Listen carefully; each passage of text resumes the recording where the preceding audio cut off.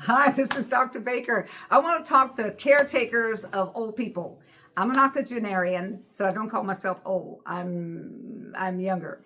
At any rate, one of the things that I see, people have asked me, why don't you tell me your age? Why don't you tell me exactly how old you are? Well, it's your fault that I don't. The reason for it is this. When people get to be 80, not the Joshua kind of, not the Caleb kind of 80s that I'm in, because he says when he got in his 80s, he was stronger and more powerful than he was in his 40s. And so that's what I take on. I'm of the Caleb generation. But what happens is this.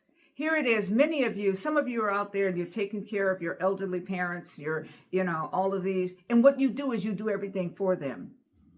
And people say, the psychiatrists, psychologists say, oh, you're an enabler. That's a word you need to take and throw it away. You are a destroyer. You're destroying their ability to fight. What you're doing is this. When you do it, when you hear this little sad thing, oh, daughter, Eileen, come here. Arena, I need the help. Look, okay, I'm going to help you. I'm going to stand right here while you do it. I'm going to stand right here. I will support you, but I'm not going to do it for you. Dr. Baker said, and she's an octogenarian. She's one of y'all ages. She said that if I did this, I was destroying your brain cells. I was destroying your ability. I was destroying your fight. Don't destroy other people's ability to fight. Don't do things for them and don't make excuses for them. When you do, it's because you hate them. This is not love. And it ain't about no tough love. It is about helping them use the brain.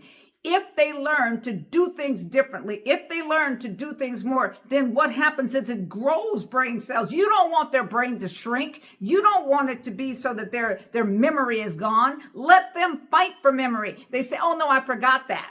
Oh, what did you forget? Well, I forgot to do thus and so. And I forgot. Well, evidently you didn't forget it. You just told me.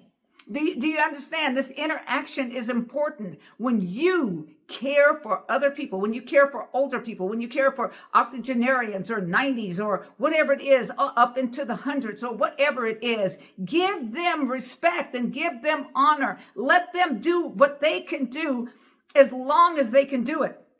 I have a granddaughter that when I really, really can't do something, I'll ask, will you do this for me? Otherwise, let's do this together. Let's do this together. And she will say, you can help me with this, or you can do thus and so. She will allow me to cook for her. To cook for her. Why is that? You say, well, she should be doing that for you. No, what it is this. I'm feeling useful in that particular situation. I'm able to do something for someone else. Do not do this to your parents or your great-grandparents or your grandparents. Allow them to do as much as they possibly can. This will work their brain, their mind. It will stimulate them. Do you realize? Help them to learn something new. Every time you learn something new, it's difficult. It is difficult. You need to tire out the brain. You need to put pressure on it. In other words, what's happening is this. You need to put pressure on yourself. You need to say, oh, no. I'm going to do this. Don't take hope away. Hope and desire and all of these things leave. Help them to visualize themselves. Mom, what do you see? Dad, what do you see? How do you see yourself? Help them to remind them of what they used to be, remind them that they can be this again, and then allow them to bring their future and how far they can see out. If you do these things, you will help them to live longer. And the longer they live, the better life that they will have.